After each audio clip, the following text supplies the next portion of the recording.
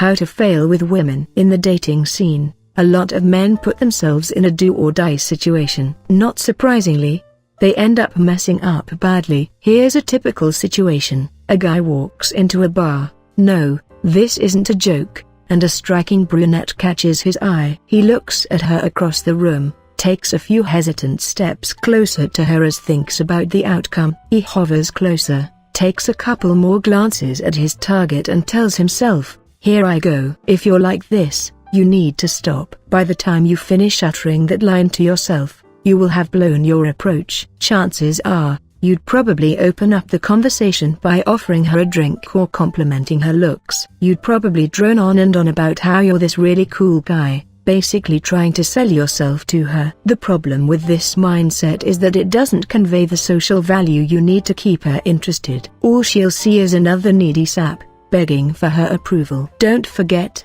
she's probably dealt with 100 other guys just like you and sent them all packing.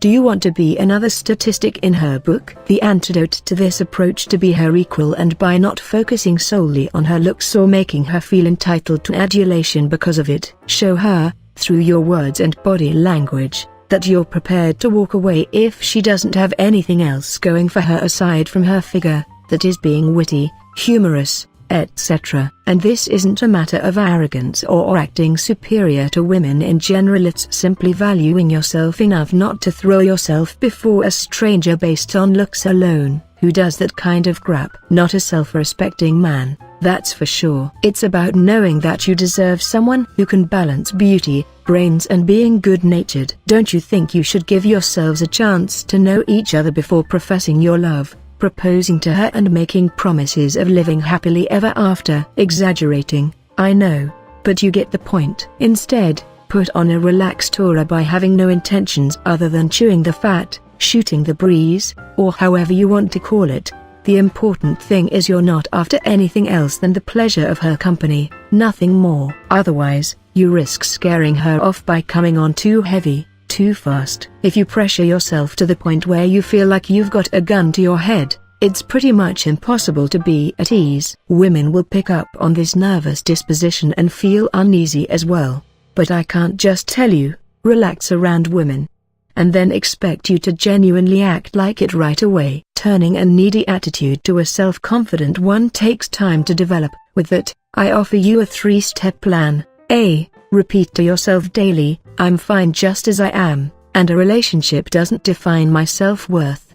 The neediest men are those who think they're broken or missing in some way, so they think women can somehow fill the void. Wrong. Putting any girl in that position is guaranteed to freak her out. B. To be genuinely happy with who you are, you need to pay attention to the other areas in your life. For inside-out fulfillment, work on your career and hobbies while maintaining your social circles as well. Here's a tip. This is especially important after you've entered a relationship because you can't afford to lose your individuality, that is, qualities that make you attractive to women. C. Learn to talk to everyone around you, and not just the hot women. Being good at approaching women starts with being at schmoozing, and this often means making observations and using them in the conversation. This applies to even the most everyday of situations, like when you're chatting with the guy at cash register or the 60-year-old lady at the newsstand you pass every day. You're not trying to be buddies for life.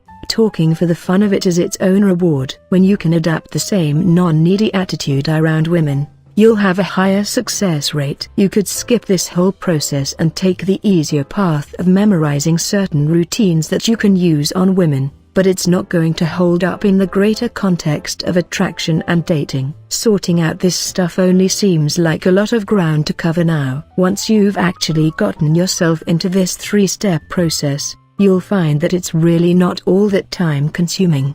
Besides, this is going to benefit you as a whole, regardless of whether you happen to be single or not. Once you have enough stuff going on in your life and become more comfortable with people, the side benefit is a confident vibe that women find inviting. Thank you. If you would like any further advice, click the link below.